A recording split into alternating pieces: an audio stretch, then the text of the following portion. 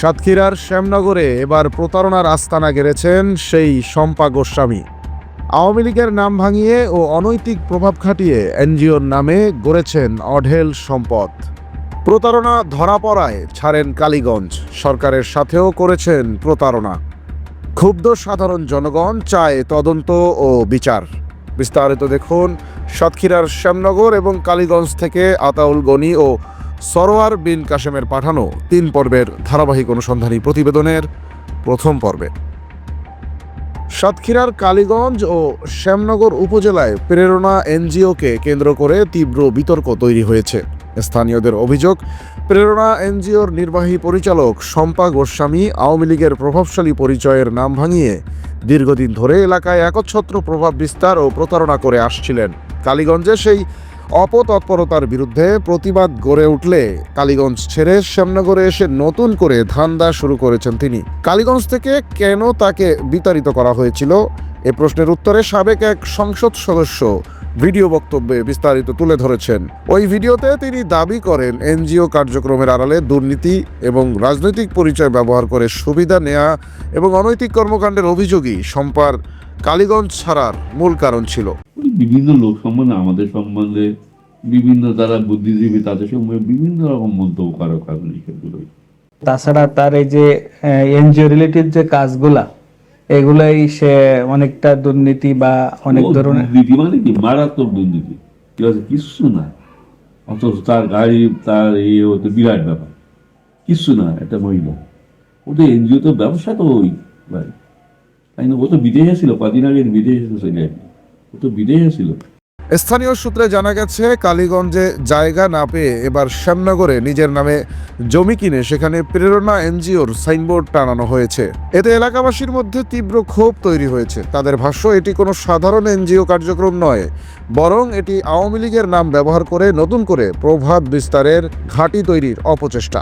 স্থানীয়দের ভিডিও বক্তব্যে আরও অভিযোগ করা হয়, শম্পা গোস্বামীর অনৈতিক কর্মকাণ্ড ও দুর্নীতির বিরুদ্ধে কেউ মুখ খুললেই তাকে মিথ্যা মামলায় জড়িয়ে হয়রানি করা হয়। কেউ কেউ দাবি করেছেন রাষ্ট্রবিরোধী কর্মকাণ্ডে জড়িত থাকার অভিযোগও রয়েছে এবং বিদেশি গোয়েন্দা সংস্থার সঙ্গে সংশ্লিষ্টতার কথাও উল্লেখ করেছেন স্থানীয়রা। এসব বক্তব্য স্থানীয়দের অভিযোগ হিসেবেই বারবার উঠে এসেছে। তার বিরুদ্ধে মিথ্যা মামলা দিত,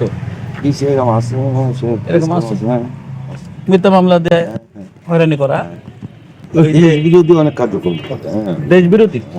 দেশ বিরোধী কেমন কার্যক্রম দুই একটা যদি একটু উদাহরণ দিতেন। এই যে বিভিন্ন সময়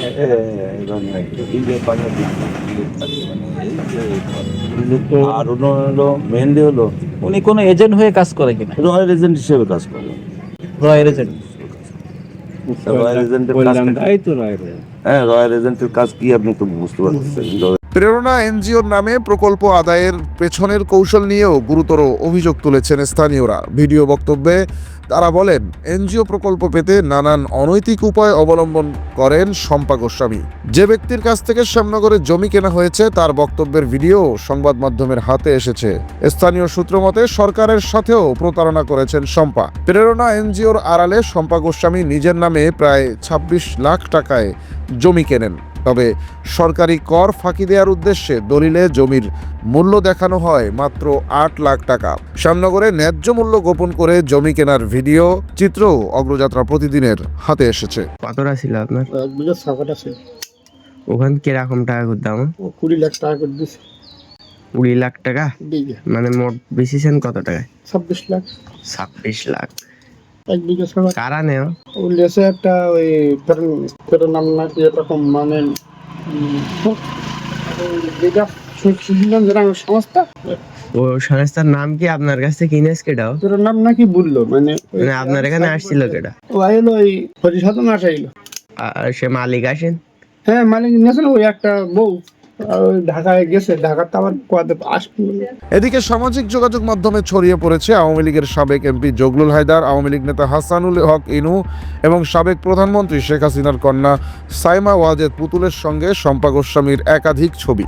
স্থানীয়দের মতে এসব ছবি ব্যবহার করেই তিনি দীর্ঘদিন আওয়ামী লীগের নাম ভাঙিয়ে এনজিও কার্যক্রম চালানো, প্রশাসনিক সুবিধা নেওয়া এবং এলাকাভিত্তিক প্রভাব ধরে রাখার অপচেষ্টা চালান। তবে এসব অভিযোগের বিষয়ে প্রেরণা এনজিওর নির্বাহী পরিচালক শম্পা গোস্বামীর বক্তব্য জানার চেষ্টা করা হলেও এ প্রতিবেদন লেখা পর্যন্ত তার কোনো মন্তব্য পাওয়া যায়নি। দর্শক, ধারাবাহিক অনুসন্ধানী প্রতিবেদনের পরবর্তী পর্বে আমরা তুলে ধরব এনজিওর আড়ালে সাধারণ মানুষের দুঃখ পুঁজি করে শম্পার আরও চাঞ্চল্যকর সব দুর্নীতি এবং ধর্মীয় উস্কানি দেয়ার তথ্য। চোখ রাখুন দৈনিক অগ্রযাত্রা প্রতিদিনে।